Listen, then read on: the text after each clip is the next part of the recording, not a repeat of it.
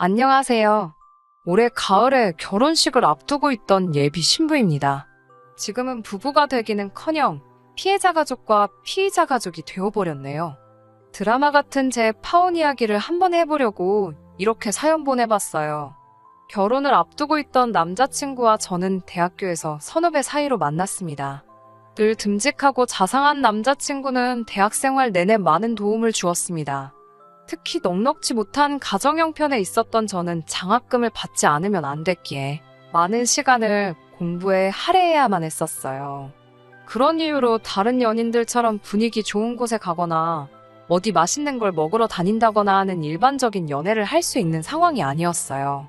그래서 처음에 남자친구가 제게 사귀자고 데이트 신청을 했을 때도 2번이나 안 된다고 밀어냈었고요. 하지만 남자친구는 한결같이 저를 사랑한다 말했고 끝내 제 마음을 돌리게 되었습니다. 오랜 시간 동안 저를 기다려준 남자친구가 저에게 결혼하자고 했을 때 저는 이 사람을 놓치면 안 되겠다 싶은 마음에 기쁜 마음으로 그 청혼을 받아들였네요. 저희 집이 처음부터 형편이 어려웠던 것은 아닙니다. 어린 나이에 어린 형제들의 학비를 벌겠다고 서울에 올라오신 아버지는 서울에서 할 수 있는 일이란 일은 하나도 빠짐없이 다 해봤다고 표현하실 만큼 고되고 억세게 살아오신 분이에요. 그 시대로 치면 늦은 나이인 나이 30에 비로소 저희 어머니를 만나서 결혼을 하셨고요. 아버지는 친구분과 작은 사업을 시작하셨고 큰 돈을 버셨다고 하셨습니다. 제 어린 시절 기억을 되짚어보거나 그 무렵 찍었던 사진들을 보신다면 어쩌다 이렇게 되었냐는 소리를 절로 하실 거예요. 아무튼 그러다 제가 고등학교에 들어갈 무렵 생각지도 못했던 일이 터졌습니다. 아버지와 같이 사업을 하시던 분이 회사 자금을 들고 잠적을 했다고 하네요. 사회생활을 시작하고 얼마 지나지 않아 알게 된 분이었는데 고향도 같고 이야기를 나눌수록 형제처럼 친근한 마음이 생겨 간이며 쓸개며 빼주신 게 화근이었습니다. 언젠가부터 무슨 일을 하고 먹고 살아야 할지 모르겠다고 하소연을 하여 사업에 껴준 건데 그렇게 뒤통수를 칠 줄은 몰랐다고 하셨습니다. 작정하고 야반도주 한 사람을 찾을 방법이 없었고 결국 저희 집이 쫄딱 망하게 되었지요. 그 이후로 한동안 힘든 시간을 보냈습니다. 어머니는 낮에는 남의 집에 가서 도우미를 하시고 밤에는 식당에서 설거지와 주방일을 하셨습니다. 그렇다 보니 손에 물이 마를 틈이 없었습니다. 아버지 역시 친구분 이삿짐 센터 일을 돕거나 공사판에서 벽돌을 나르시며 죽기 살기로 일을 하셨어요. 그렇다 보니 학교를 마치고 집에 돌아오면 아무도 맞이해주는 사람이 없었네요. 학원이라도 갈 수 있었다면 덜 외로웠겠지만 동네에 있는 보습학원도 다닐 여유가 되지 못했기 때문에 어머니든 아버지든 한 분이 집에 오실 때까지 햇빛도 잘 들지 않는 반지 앞 방에서 혼자 있기 일쑤였고요. 그러다가 문득 공부를 해야겠다는 생각이 들었습니다. 열심히 공부해서 꼭 성공해서 2분을 편하게 모셔야겠다 마음을 먹게 되었지요. 손에 물집이 잡혀서 연필을 잡을 수 없을 만큼 죽어라 공부를 하니까 당시 반에서 중간 정도이던 제 성적은 조금씩 올라가기 시작하더군요. 그러다 대입이 가까워졌을 무렵에는 학교에서 전교 1등 자리도 하게 되었습니다. 부모님 2분 다 해준 것도 없는데 대단하고 기특하다며 얼마나 기뻐하시던지요. 그 이후에는 한국에서 5손가락 안에 꼽히는 대학의 경영학과에 입학했고요. 사연 많은 저와는 달리 남자친구는 한눈에 봐도 곱게 자란 사람처럼 보였습니다. 부자들이 많기로 이름난 동네에서 고등학교를 나왔다는 남자친구는 대학교도 저에 비하면 비교적 수월하게 들어온 편이었습니다. 언행이나 행동에서 여유가 묻어나오는 남자친구는 그 여유만큼 씀씀이도 큰 편이었어요. 이런 남자가 날 왜 좋아하는 걸까 싶어 물어본 적도 있는데 저의 야무지고 똑부러지는 성격이 좋다고 하더군요. 무엇보다 제가 입버릇처럼 괜찮다고 마음을 편히 가지라고 하는 그 말이 듣기가 좋다고 하면서요. 아무튼 결혼 이야기가 나오고 나서 남자친구 집에 인사를 가게 되었습니다. 남자친구 어머니는 여자친구를 집에 데려온 적이 없어서 연애도 안 하나 걱정을 하셨다며 저를 반갑게 맞아주셨습니다. 당신은 검소하고 단정한 사람을 좋아한다면서 제가 참 마음에 든다고 하셨어요. 하지만 남자친구가 자리를 비우자 태도가 싹 돌변하시더군요. 뭐랄까 싫은 소리는 안 하시는데 눈빛에 냉기가 돌았다고 할까요? 그러더니 누가 먼저 만나자고 그랬냐 물어보셨고 혹시 당신 아들을 돈 보고 사귀냐고 묻더라고요. 황당하고 어이가 없었던 제가 남자친구가 저를 먼저 따라다니기 시작했다 말씀드렸습니다. 최초에는 제가 남자친구의 데이트 신청을 거절하고 스스로 거리를 두었다는 사실도요. 재산에는 관심도 없고 애초에 얼마나 되는지도 몰랐다고도요. 솔직하게 말씀을 드렸는데 피식 코웃음을 치시더니 요즘 애들은 당신 때랑 다르게 입에 침도 안 바르고 거짓말을 한다고 하셨습니다. 저는 거짓말이 아니고 진짜니까 남자친구한테 직접 여쭤보시라고 했더니 당신 아들은 눈치도 빠르고 착해서 물어보면 제가 원하는 대로 대답을 할 거라 했습니다. 어이가 없고 황당해서 다시 한마디 하려는데 자리를 비웠던 남자친구가 돌아왔습니다. 그러자 남자친구 어머니는 언제 그런 일이 있었냐는 듯이 저와 이야기를 해볼수록 통통 튀는 매력이 있다며 남자친구에게 제 칭찬을 하시더군요. 이 일을 겪은 뒤 저는 남자친구에게 이별을 통보했습니다. 차마 남자친구 어머니가 이중인격 사이코 같다는 소리는 못하고 그냥 우리는 안 맞는 것 같다고 했습니다. 그런데 한 달 가까운 시간 동안 남자친구는 몇 번이고 전화하고 찾아왔습니다. 가슴이 아팠지만 흔들리면 안 된다는 생각으로 밀어내고 모른 척 했습니다. 이렇게 그대로 헤어질 생각이었으니까요. 그러던 어느 날 밤늦게 귀가하신 아버지께서 우리 집 앞에 사람이 쓰러져 있다며 구급차를 불러야겠다고 하시더군요. 저는 설마 싶은 마음에 나가봤고 거기엔 아니나 다를까 술에 취한 남자친구가 쓰러져 있었습니다. 아버지께서 아는 사람이냐고 물어보시기에 저는 그동안 있었던 일을 솔직히 털어놓았습니다. 저와 사귀던 사람이고 인사까지 갔었다는 이야기를요. 이야기를 다 들으신 아버지께서는 한참을 생각하시더니 그래도 이렇게까지 매달리는 걸 보면 남자친구가 저를 참 좋아하는 것 같다며 한 번 더 기회를 줘보면 어떻겠냐 하셨습니다. 그리고 남자친구 어머니는 한번 직접 만나 뵙고 싶다고 하셨어요. 혹시 오해가 있었을 수도 있지 않냐면서요. 그렇게 남자친구와 저는 다시 시작하게 되었고 이 모든 게 저희 부모님 덕분이라는 걸 알게 된 남자친구는 이미 마치 사위라도 됐냐. 저희 부모님에게 정성과 시간을 쏟으며 참 잘하더라고요. 그리고 얼마 지나지 않아 남자친구의 과거를 알게 되었습니다. 하루는 남자친구가 저희 아버지와 호프집에서 맥주를 마시고 있다고 하더라고요. 제가 집에 언제 가려고 그러냐고 얼른 가라고 하자 자기는 집이 싫답니다. 그게 무슨 소리냐고 물으니 자기 집에는 다 가짜밖에 없대요. 남자친구의 사연은 충격적이었습니다.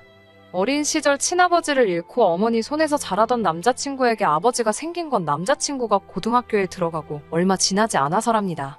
당시 어머니께선 큰 빚에 시달리고 있었는데 지금의 아버지가 그 빚을 갚아주는 대신 결혼을 하자고 하셨다는 거예요. 문제는 막상 두 분이 결혼을 하시긴 했는데 새아버지께서는 애시당초 어머니만을 좋아하셨을 뿐 남자친구에게는 굉장히 냉랭하셨답니다. 심지어 어머니와 아들 사이인데도 갈라놓지 못해 안달이셨고 행여 남자친구의 어머니가 남자친구를 위해 맛있는 음식이라도 해주는 꼴을 못 보셨대요. 듣자 아닌 남자친구를 아들이 아닌 질투의 대상으로 여기셨던 모양이에요. 문제는 남자친구의 어머니도 혼자 애를 키우며 고군분투하던 그 시절로는 돌아갈 수 없다며 남자친구에게 어떻게든 새아버지 눈에 들도록 노력을 하라 강요했다고 합니다. 남자친구는 자기 때문에 다시 고생하는 건 볼 수 없다는 생각에 억울하고 힘들어도 그냥 버텼다고 하더군요. 저는 그렇게 힘들었으면 독립을 하지 그랬냐고 물으니 잠시 말을 잇지 못하던 남자친구는 용기가 없었다고 했습니다. 그리고 남자친구가 왜 저와의 관계에 그토록 집착을 했는지 이해가 되었고 모성이라고 할까요? 남자친구에게 따뜻한 집과 사랑을 주는 사람이 되고 싶었습니다. 남자친구는 이제 그만 결혼하면 안 되냐고 물었고 저도 더는 미루고 싶지 않았어요. 다시 본격적으로 결혼 이야기가 오고 가기 시작했습니다. 그리고 그 무렵 저희 부모님에게도 좋은 소식이 들려왔어요. 오래전 아버지의 돈을 들고 잠적한 인간을 잡은 것 같다는 경찰의 연락이었습니다. 게다가 몇 년간 고생하시며 모으신 돈으로 얼마 전 비록 정말 작기는 하지만 건물을 하나 사셨는데 그 건물 앞으로 지하철역이 들어온다는 뉴스가 나오면서 예상치 못하게 큰 이익을 보게 되셨거든요. 저희 부모님은 행운의 여신이 다시 우리 가족을 향해 미소를 짓는 것 같다며 정말로 기뻐하셨습니다. 얼마 후 상견례의 자리가 만들어졌습니다. 서울에서 유명하다는 한정식집으로 예약을 했어요.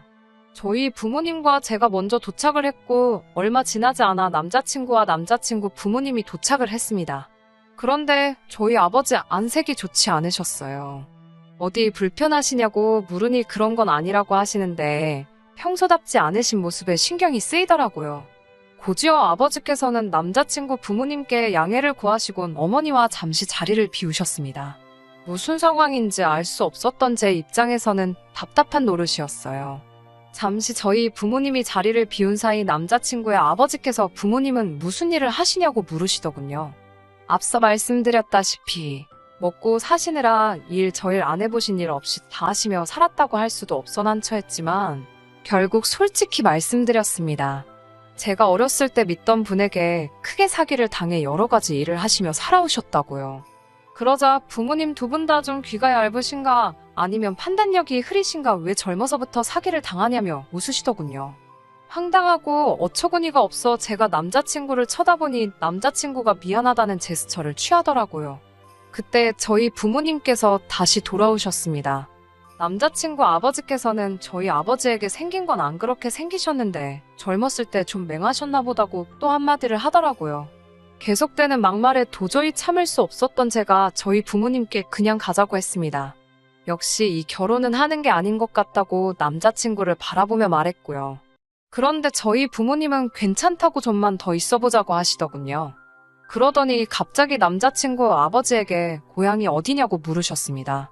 남자친구 아버지는 고향을 말씀하시면서 그러고 보니 좀 낯이 익은 것 같은데 혹시 자기랑 어디서 본 적 있냐고 물었습니다.